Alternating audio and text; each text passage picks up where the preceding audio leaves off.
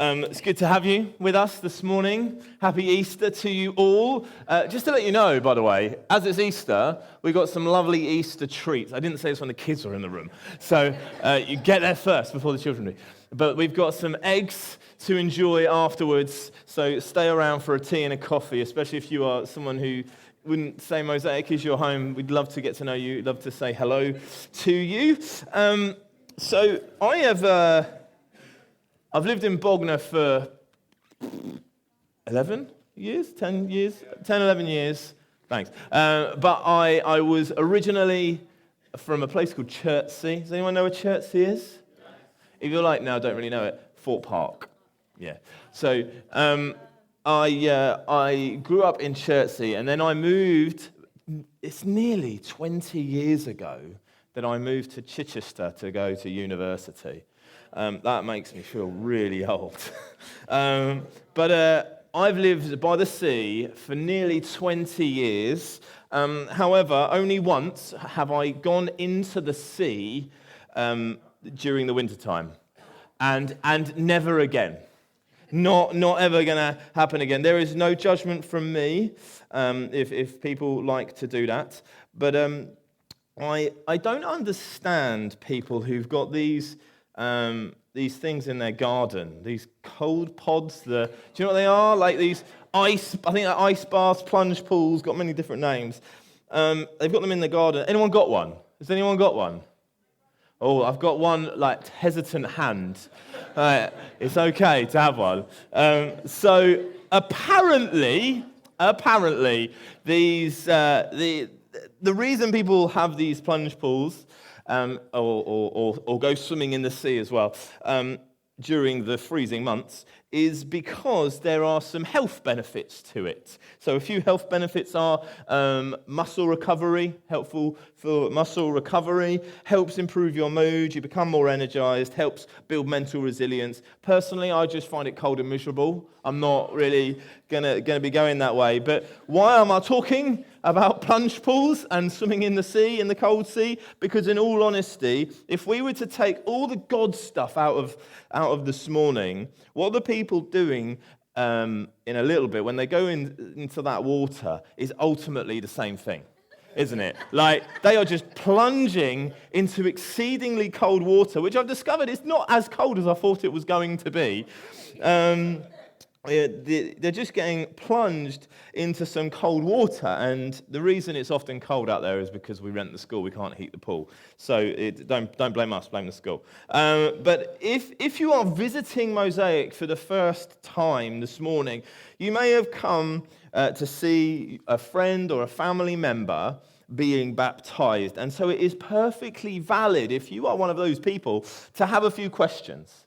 To have a few questions. What are these Christians doing? Like, what? Why are they doing this? Why are these people being plunged into cold water to celebrate Easter? Why is this an Easter celebration? This is slightly odd, right? What has this got to do with Jesus? Right? Why should I even care? Why should I care that they're getting baptized? Other than I love the person, or I'm here for the person. Why should I care about this? Well, just to say that these are all very valid questions. And my hope this morning is not that you leave with the answers to those questions. That's not what I'm wanting to do. But you might leave maybe with some more questions as well. And I hope that you leave this morning grasping a little more why this matters. Why what we're doing this morning, why singing together, why being a church, why baptism particularly is important and why it matters. And so to do that, I want us to look at the Bible, if that's okay.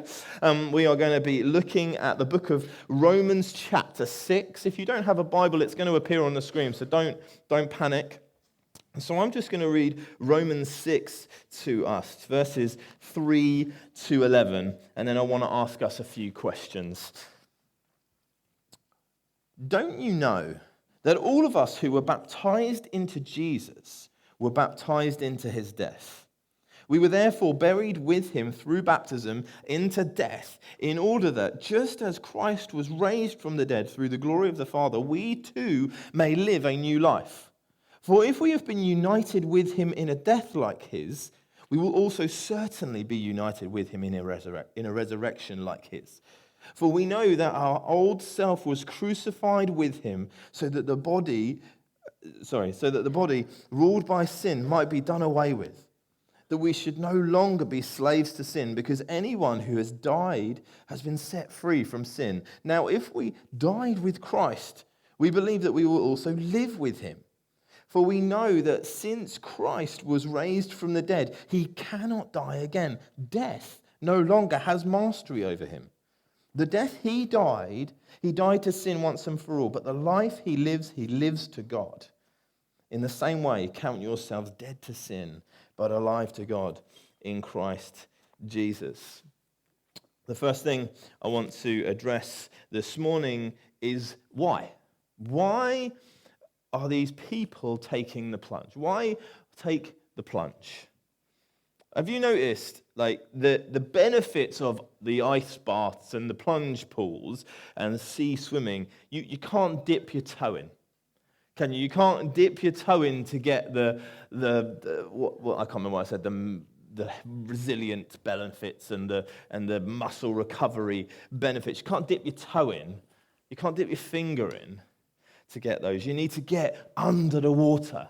You need to go right under the water to get the benefits. And people are willing to plunge themselves into freezing cold water, under the water, to get wet and cold for apparent health benefits, for what we would probably refer to as a better life.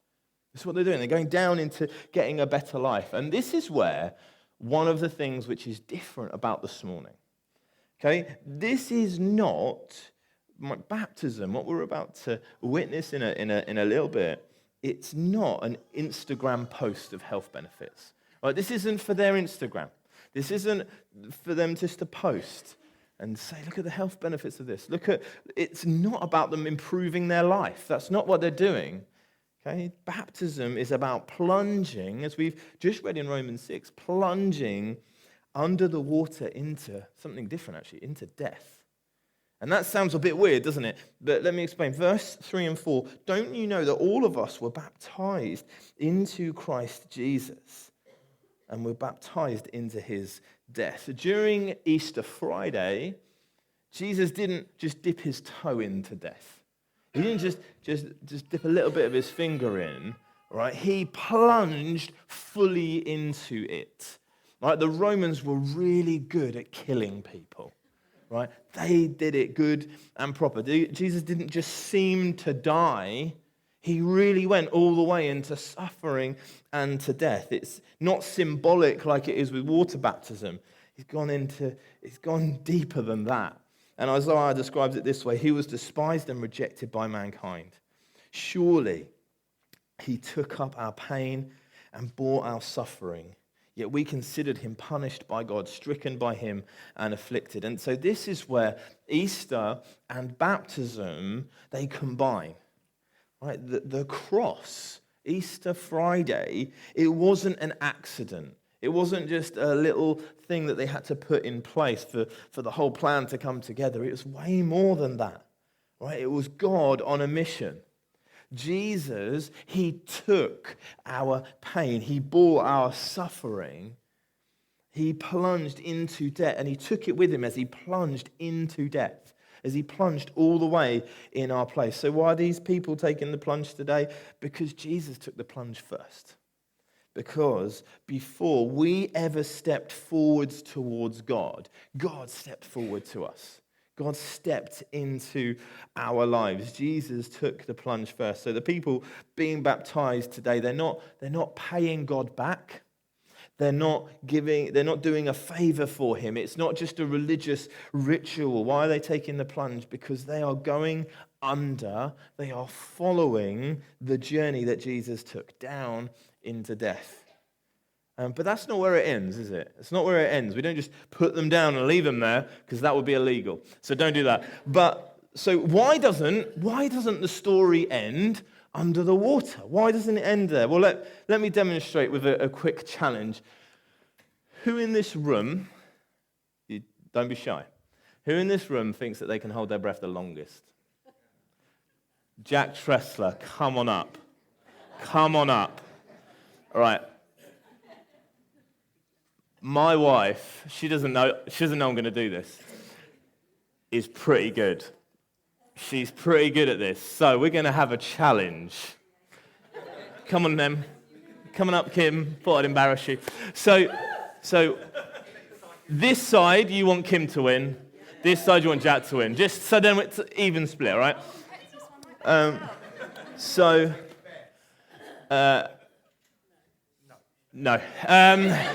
So what we're going to do, they are going to hold their breath, and we're going to make sure they're not breathing through their nose. So they've got to hold the nose. So you've got to hold the nose.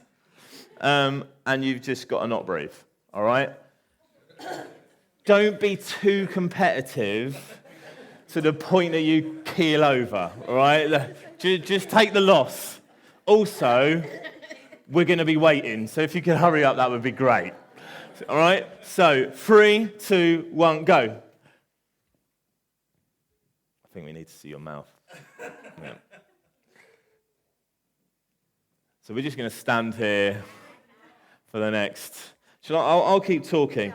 All right? So these guys are having a little attempt at a challenge. But why? Why am I doing this? All right? Because whoever wins has still got to breathe, haven't they? Like, they can't just hold their breath forever and ever and ever. It might be a long time. They're going pretty well. I also didn't expect them to keep going for this long. But it is evidence, all right? This will be evidence that we need to breathe, don't we? Why doesn't... All right. Are you going? She's going. I think we're a minute in. That's impressive. Yeah. I told you she was good. Oh. Well done. I told you. Talent. She's got a few hidden talents. I'll bring them out over time. No, I appreciate that you both stopped, because now we can carry on. So the idea there is to show you that we need to breathe, don't we? Like, even though Gim went a bit longer, it's only a little bit longer, she still needs to breathe. She needs that air. And so why doesn't the story end when they're underwater? It's because they need to breathe. Right? And so this is the link to Easter Sunday, right? Jesus didn't stay down. Jesus didn't stay under. Right? He didn't remain in the grave. He rose again. Jesus was restoring what humans were made for. Right? All of us were made for life, not death. We were made for breath, not suffocation. And that's what Jesus rising from the dead is doing. In Acts 17, it describes it this way. He himself, that's God, he himself gives everyone life and breath and everything else. If Jesus didn't rise from the dead, death still wins. If Jesus didn't rise from the dead, death still wins. We are suffocated. All the church, all the baptism stuff, all the singing, all the kids' work, all the evangelism that churches do, which means like sharing the gospel, it would be pointless. Be totally pointless. It would be like plunging under the water and not coming up for air.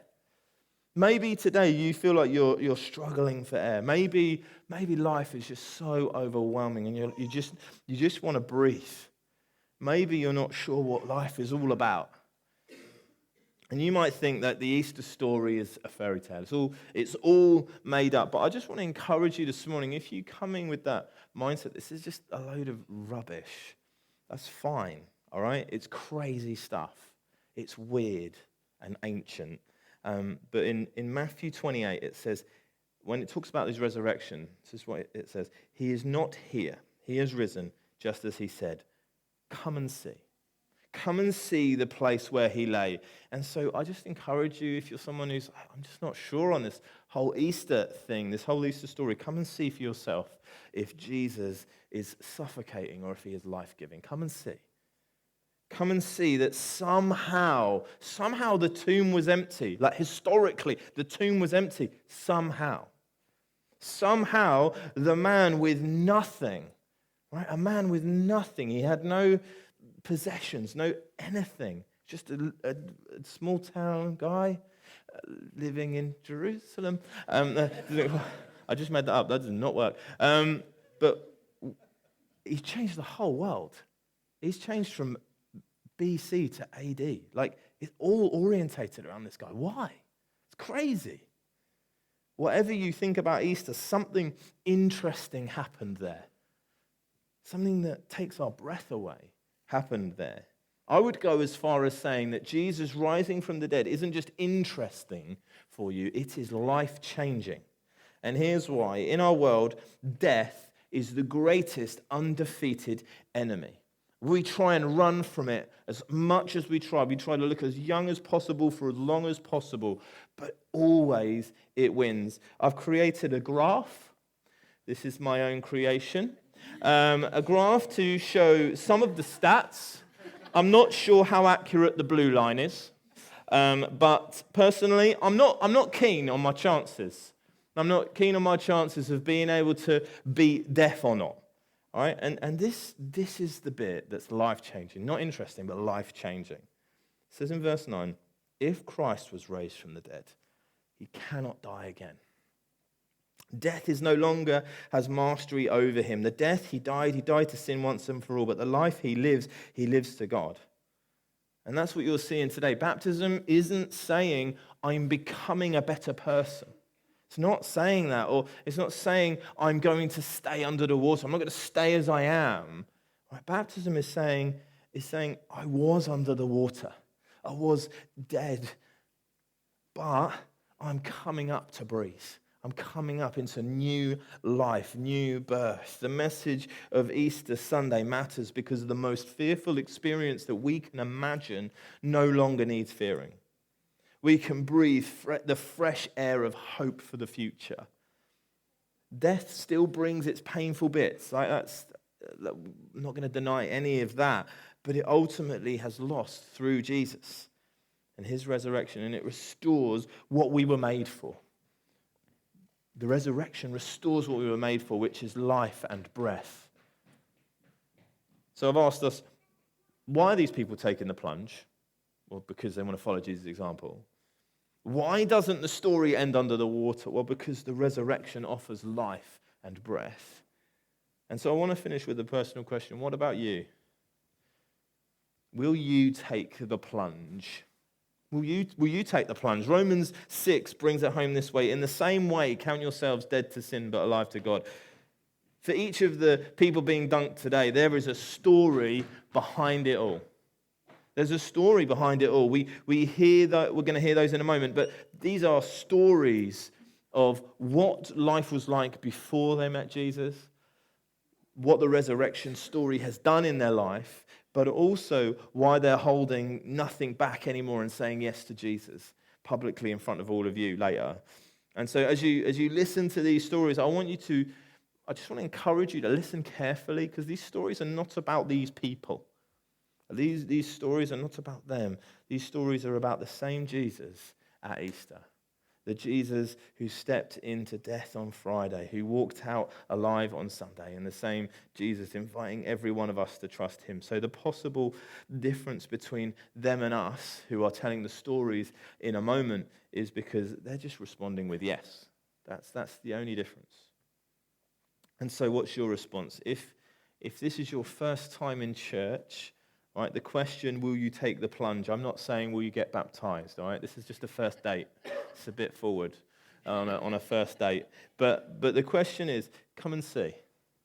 That one from Matthew, just come and see. All right, will you come and have a look? What a really good place to start if you want to come and see is to read the Bible. All right, why not? Why not read the Bible for yourself? All right, the Bible that I've got. This is a QR code. You can scan that. You can scan it subtly if you want to know what it is. But you can scan it. Right? This is a Bible reading plan through the book of John. This is a story about Jesus. Right? And what it does alongside it is someone just explaining a little bit as you go. So there's it's broken into chapters, and so someone just explains the first chapter and then the next chapter and then the next chapter. So you can read it and actually grasp it for yourself a little bit more. So I'm gonna leave that up to the end, so you can certainly do it whenever you like. But if you are somebody who calls Mosaic your home, or you call yourself a Christian, then the question, are you going to take the plunge, is a little bit different. It might mean, why not read the Bible some more? Right, read it for yourself. However, it might mean something a little bit different. Like some of you are on the edge. You're on the edge and you're not in the water yet. You're just on the edge. Maybe taking the next step is baptism for you. If that's you, chat to me. We'd love to chat. Right? But some of you, you're in the water. Right? You're in the water, but what you're doing is you're staying under it. You're under the water. You're suffocating in the stuff of the past. You're suffocating from all your history, which Jesus has dealt with on the cross. It's all sorted. And you can rise to new life, new hope, resurrection hope. Some of you, you're like wondering what life is all about and you're just struggling to breathe. Come up for air. Breathe it in. Breathe in the goodness of God and enjoy it for the rest of your days. And so the encouragement to you is to come up and to breathe again. I think verse 5 says it best. For if we have been united with him in the likeness of his death, we will certainly also be in the likeness of his resurrection. Beautiful hope. Beautiful truth. We sang it earlier, live in hope. That's what we were singing about earlier. It's a beautiful hope that we see at Easter and we're going to see through these baptisms. So what I'm going to do, I'm going to pray and then I'm going to invite some people to come up and share some stories for us to listen to and be encouraged by. So, Lord, I just thank you for Easter. I thank you for the living hope that we have in you, that we don't have to stay under the water. We don't have to stay in our sin. We don't have to stay in death. We don't have to stay in our worries or our fears or anxieties. God, we can come up for air. We can come and have our new life, fresh hope, fresh air fill our lungs again. What a beautiful picture it is with the baptism. But Lord, you've done it. You've gone all the way there to take us from death to life. What a beautiful truth. What a beautiful hope that we have, oh God. Amen. Amen. I'm going to ask Kim Slaughter, do you want to come up for me? Kim's going to have Helen come and give us some moral support. Well done. This is intimidating to come up, and so just whenever someone finishes, or when they're coming up or when they're going down, clap them, all right? This is not easy just chatting in front of a bunch of people. So can you hold that for me, Helen? Is that okay? And tell us a little bit about why you're being baptized today. That'd be great. This is scary. Okay, do you want me to? I'm just going to jump straight into it because I'm really nervous, so it's one of those. Life hasn't always been easy. Growing up, I was brought up by my dad and my nan, and I also had to navigate a difficult relationship with my mum due to her struggles with alcohol, which at times meant a reversal of our roles. I've been through challenges that felt overwhelming, and the biggest being an abusive relationship that left me being a shadow of the person that I once was. But through everything, I'm still here. I've grown, I've learnt, and I've found strength I didn't know I had. And then I met James, one of the biggest blessings in my life, along with my two boys, Charlie and Josh, and soon-to-be stepchildren, Leo, Sienna, and Declan. And that is after a proposal from James in Florence, just recently.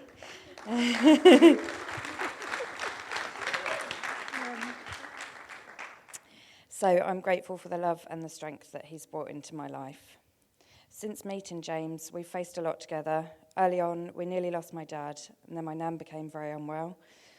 We lost James's brother, and then we lost my brother, and then we went through the loss of James's mum, dear Louise. Alongside that, life has been changing with the children growing up and needing us in different ways, or not needing us at all anymore, which has been really difficult. But through it all, we've stood by each other, and it's made us stronger. I first came to church to support James, and I've never really had any religious influence. So it was all new to me. My nan took me to church a couple of times when I was really young, but didn't really know what it meant.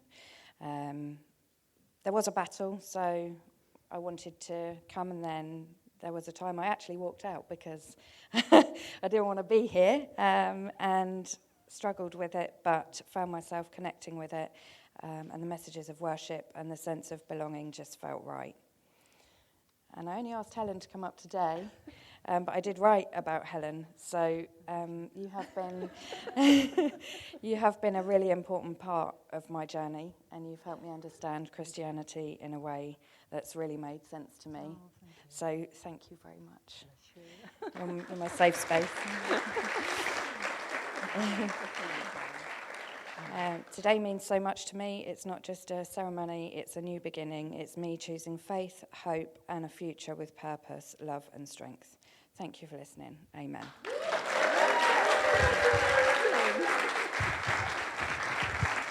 Superstar. So what we'll do, we're going to listen to each of the stories, and then we'll gather the kids and we'll all head out in a bit. Okay, so just so you know what's happening. And when they're outside, we're going to ask them some questions. Simo's going to ask some questions when they're in the pool. But the questions are, do you believe that you've sinned and fallen short of the glory of God? Do you believe that Jesus died for your sin and rose to life? And are you going to choose to follow him? And so when they're saying yes, you know what they're saying yes to if you can't hear Simo outside. Okay? So I'm going to ask the next person to come up. Do you want to come up for me? Come on. Big ant.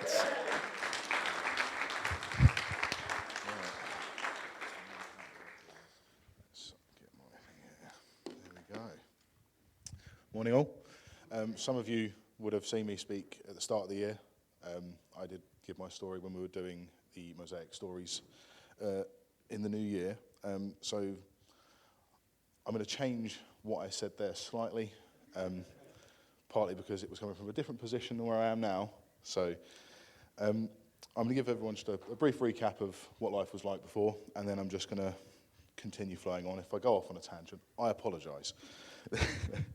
So I spent about 20 years of my life isolating myself from people. No friends, no fun, no joy. It was a general internal discomfort. I despised the person that I was and punished myself for that. Can't tell you why. I just did. It felt right to me at the time. Obviously, now I can see maybe there's a reason for that. So I created an exterior that was sort of hard and stony, emotionless. It was meant to keep people away from me, to not give people any way to come near me, really, to protect myself from I don't know what. So God then decided to string together a series of events and bring some people into my life that, looking back on it, seems far more than just fortune and circumstance. It seems very intentional. The birth of my niece broke that armour that I was wearing, that exterior, and it brought forward the thought of hope for a future that wasn't so dark and cold. He sent me a family that I could lean on, and they would guide me and help me, even in the moments where they felt maybe they weren't doing me any good or weren't able to help me. They were solid ground for a moment that I needed them, and they may have felt hopeless and useless, but they were there. God knew my heart, and he sent me friends who, no matter how many times I would lock myself away and isolate myself, they'd always come knocking, and they would never leave me on my own. They would always just intentionally come forward and press it. Sorry. Bit of emotion there. And then, to quote Genesis 2, the Lord said, "It is not good that a man should be alone. I will make him a helper fit for him." And he sent me mine. Lily has been God's beacon in my life, radiating his grace, forgiveness, and love. She has challenged and peeled away all of those layers of judgment, shame, helping me build into the man that I hope to continue to be. So that was over a 5-year period. And his work culminated into one moment. I was sat in my bedroom before the gym, just got ready, and I was feeling really up for it. I really wanted to go that day, and all of a sudden, I was just getting an inkling to read the Bible. I had it on the desk next to my bed, and I just picked it up. I'd never read it before in my life. I'd just asked Lily for a copy, and I was being a bit curious. As Jonny just said, someone just pick it up and start reading. So please do, scan that, it's worth it. So I started reading, and I didn't get far in, and I just became really unwell. Headaches, felt nauseous, tired, and I was like, I need to go to sleep. So I laid down on my bed, and I thought I'll just sleep it off. Maybe if I get up in about an hour or whatever, I'll go back to the gym anyway. So then something happened. So in a mix of being conscious or not, whether it was sleep, but I felt like I was still in the room, but I was away. I started to hear a voice, and it just sounded like loads of different voices in my head, talking all at once, but all saying the same thing. A lot of the stuff was just unintelligible. It was a constant bombardment. And once that had started, I had this burning fire in my head, and it was the weirdest sensation I've ever felt. It was full demonic scream, fire, and everything. It was the most surreal thing I've ever experienced, and obviously being up here saying those things, some people will be like, you might be a little bit insane, but if that's insane, I am very much happy to be that, thank you. So the last thing that I remember happening in that moment, before I woke up, was one sentence, and that is, "He is now wearing my armour and is no longer yours." From that day, I've really, really felt that. It's one hell of a thing to have that happen, and all of a sudden everything changed for your life. I immediately woke up and I didn't feel sick anymore. I felt great, felt the best I probably ever felt, and now I feel better. But I think that's just a continuation of His grace. I laid on my bed for a bit, and I was like, I'm just going to enjoy this and see, let it come. And it turns out to be 4 hours went by, so it really does make time disappear. And obviously, as soon as I realised how much I'd gone, I had to phone Lily, and we spent about another 3 hours on the phone talking about things, in tears, very, very emotional. Sorry. So from that day, I have pursued a relationship with Christ, dropping all that I am at His feet. Every burden He has taken and given me a lighter one. Every struggle, He has listened and He sent His word for the answers. I have surrendered to Him and given up control and let His will be done, which has placed me in the path of people in need. Every opportunity has been a moment where God has shown His goodness, love, and faithfulness. So, on this day, where Christ rose from the dead, after He endured unimaginable pain, dying a death meant for me, paying the debt that was mine and the sins that I've committed, I'm here to publicly profess my faith in Him and accept Him as my Saviour and be born again. Thank you.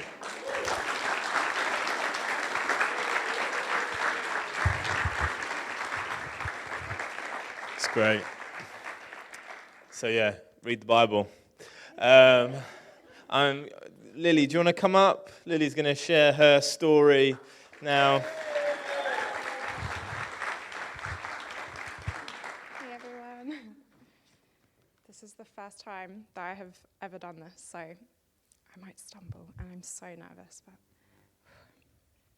So, when I started thinking about telling my story, I was actually speaking to Jonny, obviously, because I'm going to get baptized, and I found myself asking, where do I even begin?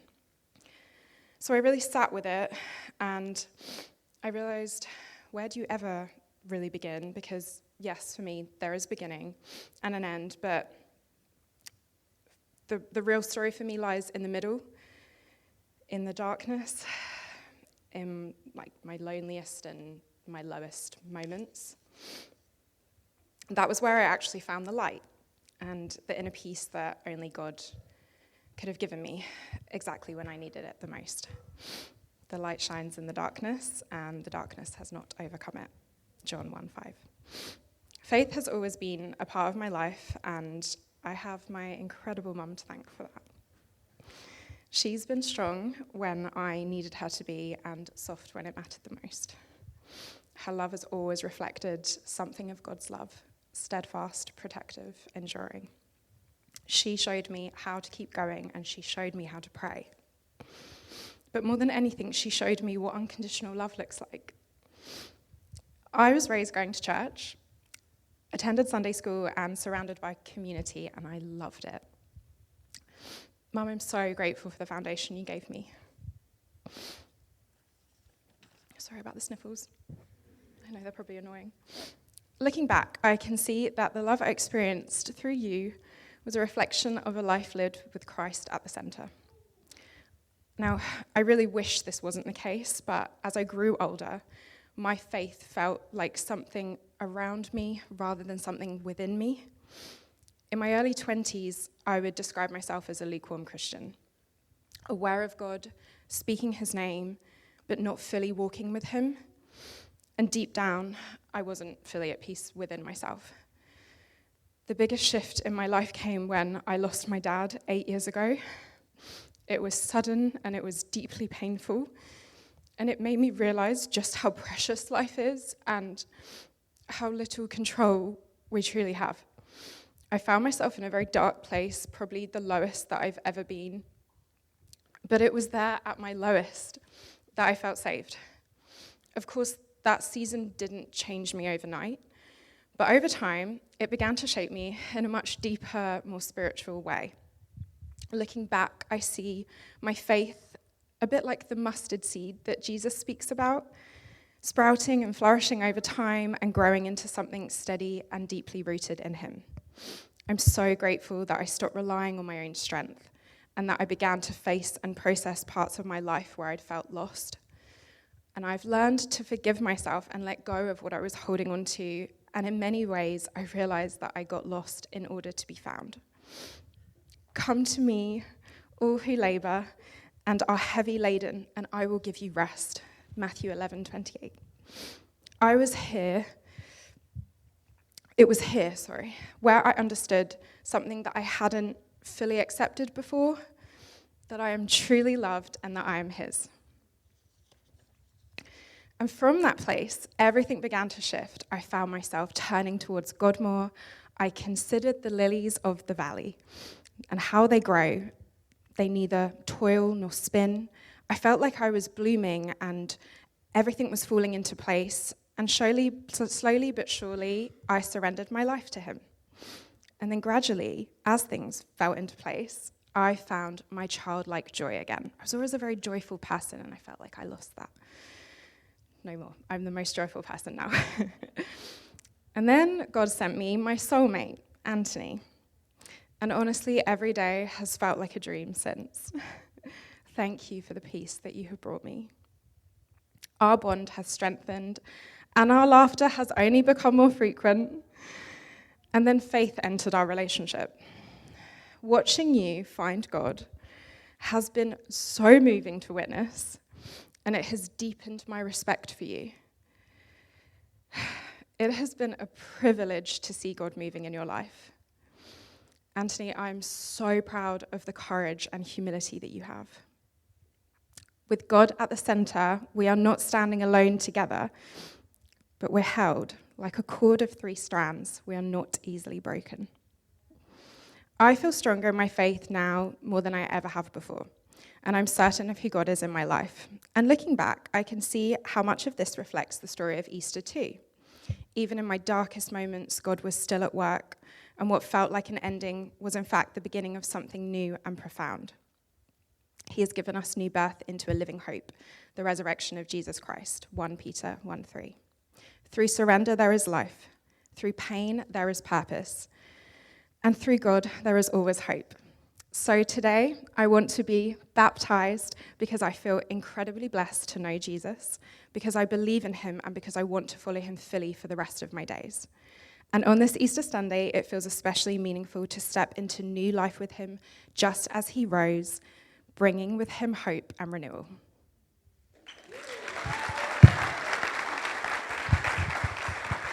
Well done. Super. It's good. It's good. It's exciting. Ava, do you want to come up for me? Let's welcome Ava.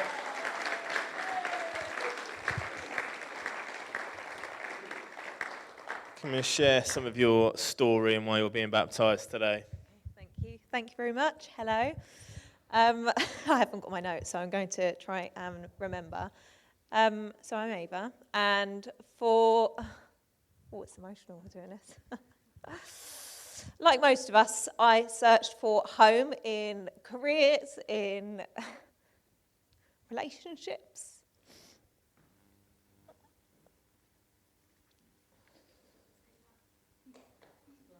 I searched for home in everything. And I didn't grow up in fact, my house was extremely toxic when I was a child. So to have children of my own now, I knew I wanted to do things totally different. So in 2023, when I found myself, again, single, and now with 3 children, I decided to strip everything back. I went into the season of, the wilderness. I stripped everything back. I let go of my business, my staff, everything. People thought I was crazy because you were once that girl who was in the newspaper to now I was skint. But I knew I needed to be on my own. I knew I needed to go inwards. I knew that I needed to get clarity, but I didn't know what it was that I was searching for. And then my good friend Jamie, shout out Jamie, she was like, you need to come to church, because we had so many in-depth conversations about how we're raising our children, what our values were. And she said, a lot of your values are in alignment with biblical values. So I was like, do you know what? I'll give it a go. Tears are gone now, sorry. Start again, I'm confident, it's fine. and I come here, and it was my first time here, and like many people on their first visit to church, as soon as the music hits and everybody starts singing, I just could not stop crying. And it was the only way I can describe it, and my daughter found this funny when I told her earlier, it was almost like being wrapped in a blanket of love. And I just knew this is exactly where I needed to be. So from there, I got a Bible. Where do you even start with a Bible? It's so long. Start with the book of Matthew. It's a good place to start. And every verse that I read, it just hit home and already confirmed what I sensed to be true, and confirmed a lot of the values that I had. And from then I knew this is exactly the clarity that I was looking for. And to bring my children into this and to bring faith into our lives has been beautiful. And to, Lily perfectly put it, to surrender and to know that I don't have to carry all of this alone. It's so freeing, and I'm so grateful.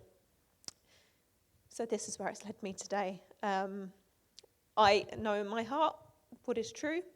I accept Jesus as my Lord and Saviour, and today it's about making that a public declaration, and in front of my children as well, and my dad. So, yeah, thank you very much.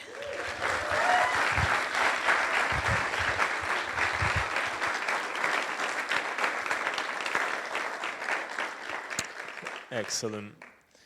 So good to hear so many stories. Hopefully you can connect with, even on a personal level, I actually connect with that. This is the reason why stories are so helpful, to hear this. And you can hear, actually that's how that's what the new life looks like. Right, there's different angles we can see that new life is at work. It's great. It's exciting. So Ava mentioned Jamie Lee. Jamie Lee's also being baptised today. So I'm looking over there. Oh, she is there. Come on up. Come on over.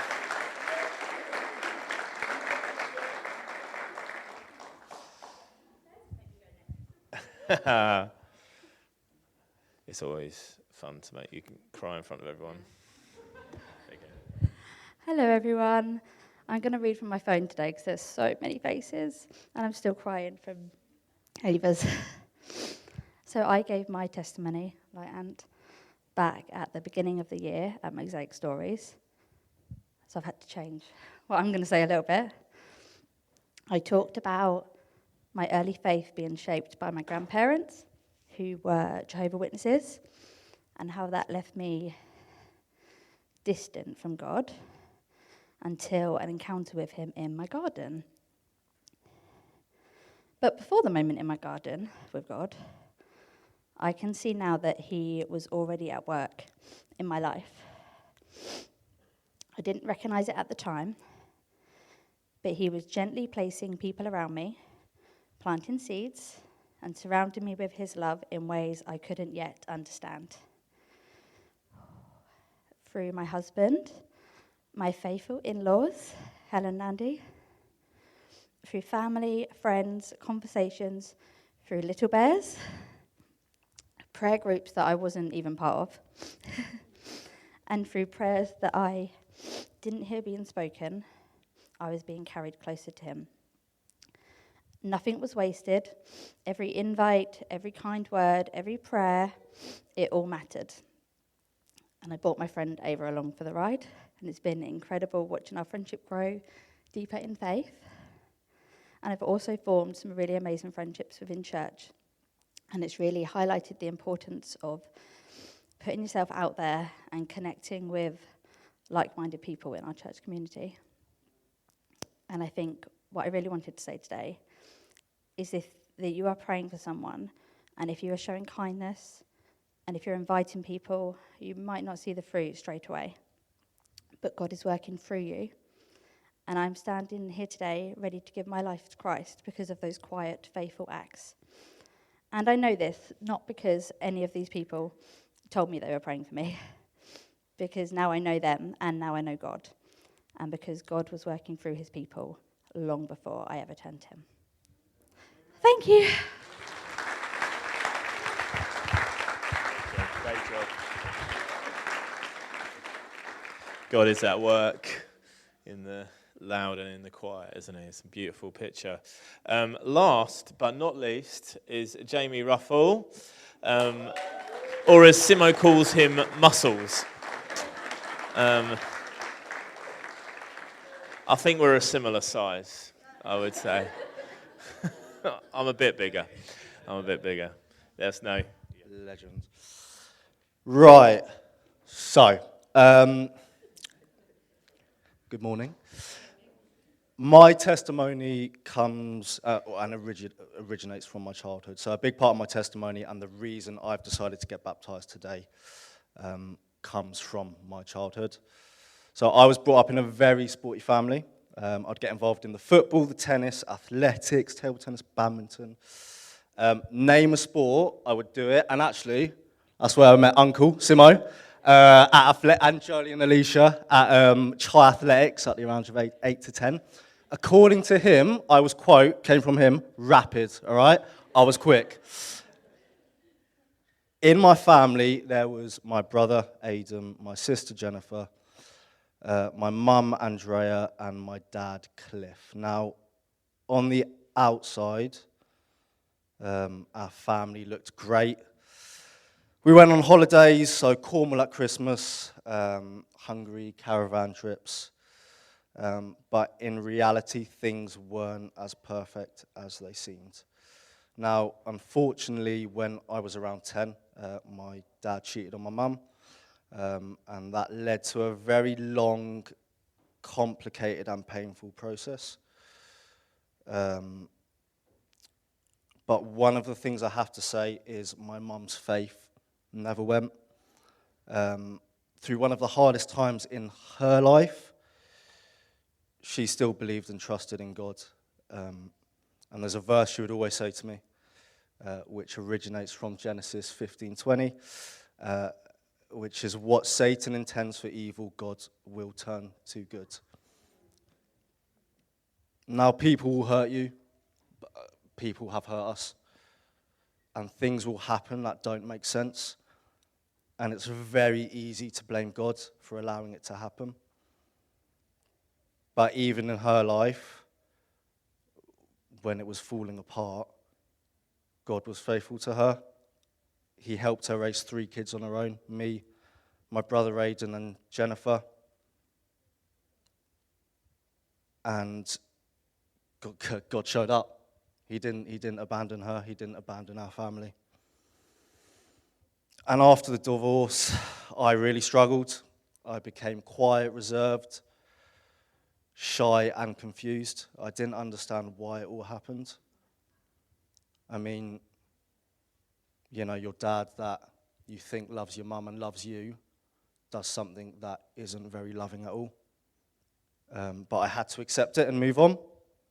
And I didn't feel the impact of it at the time until I grew up. When I was younger at school, everything kind of felt fine. You know, you accept it, it's fine. You're young, you don't understand it. As I grew up and I tried to navigate life, that's when I really, really struggled. So the confusion and the things that I've had to figure out without a strong male role model has been really tough. School was confusing, college was worse, and then university is when things really hit. The only thing I had was the gym, of course. And I started going when I was about 14, and it became the place I found peace. So when all of the divorce was happening, it was a very long process. I started going to the gym, and I found that that was my coping mechanism. So by the time I got to uni, I'd stopped going to church. I stopped praying. I stopped reading my Bible. And even when I was younger, even when Mum took me to church, I didn't really truly believe, right? I didn't. The idea of a man named Jesus, Yeshua, someone who lived 2,000 years ago, who died and came back to life, just sounded crazy to me. It didn't make any sense. At uni, my relationship with my mum was probably at its lowest. After university, I came back home, and things with Mum were still really bad. I struggled just generally with life. And again, the gym was the only place that I found that was my only sort of peace. So 2024 is what I like to call my way. It didn't end well, just to let you know. So my way, because of my own idiotic choices, I ended up unemployed for about 3 months. So 2024 was such a hard year for me. I remember I didn't have a job. At the time, I really wanted to go back to London. That's why I went to university in Twickenham. I really wanted to go back. And I loved London. And I was like, I want to go back. I felt I was just stuck at home, and I didn't know what the next step for me was. Didn't have a job. And I remember just sitting in my room crying. Now, I'm not a crier. And I just felt lost and hopeless. I had no idea what I was doing. So I prayed. And believe it or not, things started to happen. So within about 3 months, I finished my PT qualification. I started this qualification a year ago, never touched it. So I finished that qualification. I got the job I wanted at Nuffield, and my relationship with my mum improved massively. But even then, I still felt a bit empty.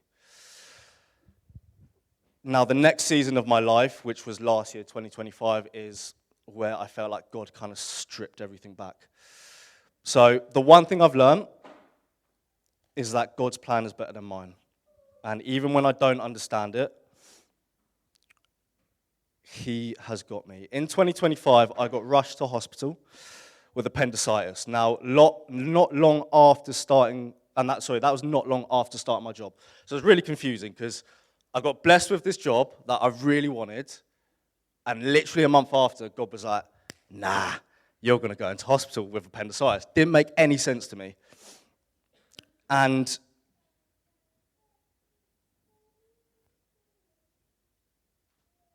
I felt there was a reason. Now, through the surgery and the recovery, the one thing I relied on and my biggest coping mechanism got taken away from me, which was the gym. Now, that could have been a coincidence, but I don't believe it was. Not having the gym forced me to stop relying on it. And it instead helped me to start relying on God. Now, this is where I started to I wanted to find the truth. I still didn't really have faith in Jesus. I still didn't really understand the concept of the stories, the Bible. So I went on this kind of long journey to trying to find the truth. Now, during this time, my faith actually went up and down, and it was a very lengthy and long process, but I didn't want blind faith. I didn't want to just believe in something just for the sake of it, just because other Christians are telling me, just because the church is telling me, oh yeah, now I believe in it. No, I didn't want that. I wanted to have a foundation of faith. Now, I started reading the Bible, and I read John 14:6, where Jesus says, I am the way, the truth, and the life. And John 8:32, the truth will set you free. Now, I looked into things outside of the Bible too, so kind of like church history, scholars, non-Christian writers. And through my research, I felt like I actually had a reason to believe in Jesus, that he just wasn't this random man. And then that's when the transformation happened, and that's when something changed within me. When I finally put my faith in Christ, when I finally believed in Jesus, that emptiness that I'd been carrying, that hole within me, and everything that I'd been through started to fill. Now, for the first time, I felt like I had a father. And not just a father, a friend I could go to. And there was a change in me. The way I acted, the way I spoke, how I treated to people, it just shifted. And I'm not saying I'm perfect, but that's why today matters, because of what Christ has done for everyone. But I can honestly say there's a night and day difference between who I was before and who I am now. It wasn't this crazy miracle that happened. It was just a sense of peace, just knowing I'm all right. Now I try to pick up my cross daily, and because without Jesus, I would try to do it by myself. And I know that never works out. So that's why I'm getting baptized today.